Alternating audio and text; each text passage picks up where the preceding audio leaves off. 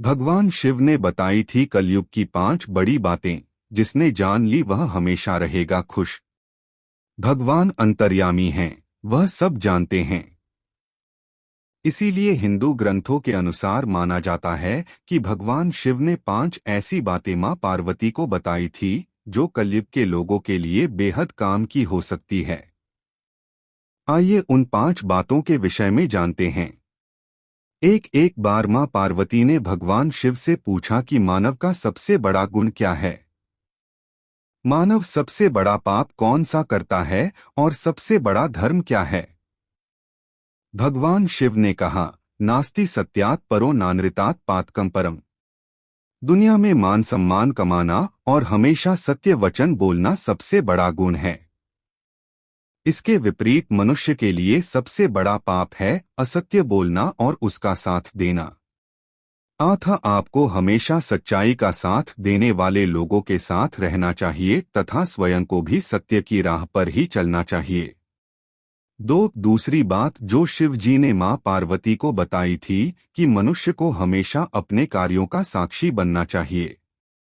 जब कोई व्यक्ति बुरे कर्म करता है तथा अन्याय की राह पर चलता है तो वह यह सोचकर आगे बढ़ता जाता है कि कोई उसे नहीं देख रहा, लेकिन उसे यह कभी नहीं भूलना चाहिए कि वह एक बड़ा पापी है, इसका गवाह वह खुद ही है। 3 शिव जी के अनुसार मनुष्य को हमेशा उसके कर्मों के अनुसार ही फल भोगना पड़ता है। यदि कर्म अच्छे होंगे तो परिणाम भी अच्छा होगा और अगर कर्म बुरे होंगे तो उसका परिणाम भी बुरा ही मिलेगा। इसीलिए भूल कर भी अपने मन में किसी का अहित करने के विषय में सोचना भी नहीं चाहिए। 4 भगवान शिव ने पार्वती जी से बताया कि यदि मनुष्य किसी व्यक्ति, परिस्थिति या अपने आप से बहुत लगाव रखता है तो वह कभी जीवन में सफल नहीं हो सकता, क्योंकि इन सब के लगाव के कारण वह एक माया जाल में उलझा रहता है। 5 भगवान शिव कहते हैं कि मनुष्य को अपने मन पर नियंत्रण रखना चाहिए, अन्यथा मनुष्य अपनी इच्छाओं को इतना बढ़ा लेता है कि उनका पूरा होना मुश्किल होता है, जिससे उसे दुख की प्राप्ति होती है। साथ ही मनुष्य को अपनी जरूरत और इच्छाओं में फर्क समझना चाहिए और एक शांतिपूर्ण जिंदगी बितानी चाहिए। सभी तरह के माया जालों से बचने का केवल एक उपाय है कि मानव शरीर की क्षणभंगुरता को समझा जाए और अपने मस्तिष्क को उसी अनुसार ढाला जाए। 6 धर्मशील व्यक्ति जिमि सरिता सागर में है जाहिए, यद्यपि ताही कामना नाही एल एल, तिमि सुख संपत्ति बिन्हि बुलाए, धर्मशील पहे जाए सुहाए एल एल। जैसे सरिता नदी उबड़ खाबड़ पथरीले स्थानों को पार करते हुए पूर्ण रूपेण निष्काम भाव से समुद्र में जा मिलती है, उसी प्रकार धर्मरथ पर आसीन मनुष्य के पास उसके न चाहते हुए भी समस्त सुख संपत्ति रिद्धियां सिद्धियां स्वतः आ जाती हैं। सत्य तो यह है कि वे उसकी दासिता ग्रहण करने के लिए लालायित रहती है।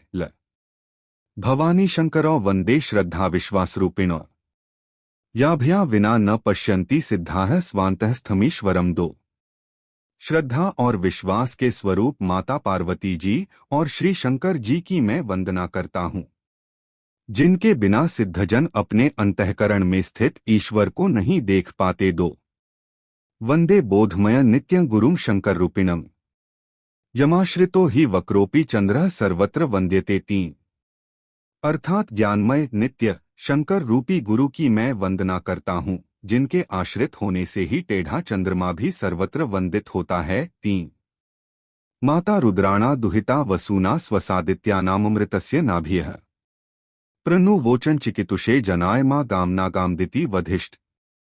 अर्थात गाय रुद्रों की माता, वसुओं की पुत्री, अदिति पुत्रों की बहन और घृतरूप अमृत का खजाना है। आथ प्रत्येक विचारशील पुरुष को मैंने यही समझाकर कहा है कि निरपराध एवं अवध्य गौ का वध न करो।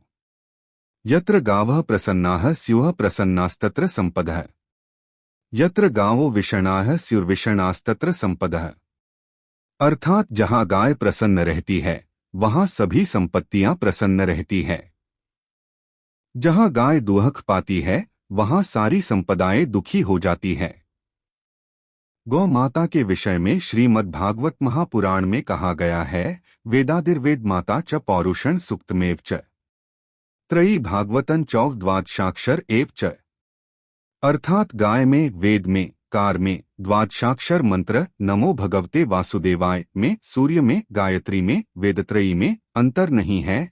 ये सब साक्षात भगवत स्वरूप ही है। भागवत का श्रवण करना, भगवान का चिंतन करना, तुलसी की पूजा करना, जल सींचना और गाय की सेवा करना, कहते हैं कि इनमें कोई अंतर नहीं है। जीवन का सत्य आत्मिक कल्याण है, ना कि भौतिक सुख। एक माटी का दिया सारी रात अंधियारे से लड़ता है। तू तो प्रभु का दिया है, फिर किस बात से डरता है। हे मानव, तू उठ और सागर प्रभु में विलीन होने के लिए पुरुषार्थ कर। आत्मा भी अंदर है, परमात्मा भी अंदर है।